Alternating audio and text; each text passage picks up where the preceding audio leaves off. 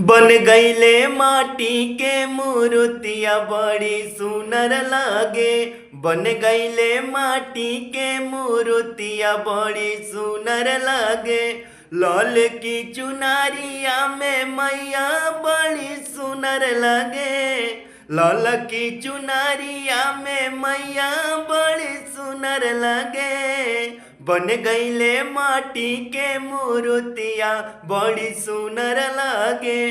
अरे बन गईले माटी के मूर्तिया बड़ी सुनर लागे।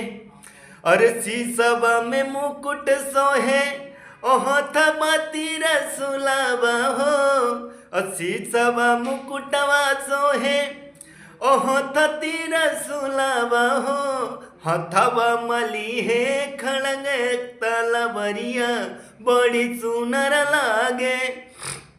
बन गईले माटी के मूर्तिया बड़ी सुनर लागे। माई के गीत कैसे बा कमेंट में जरूर बताइए। प्रणाम, जय माता दी।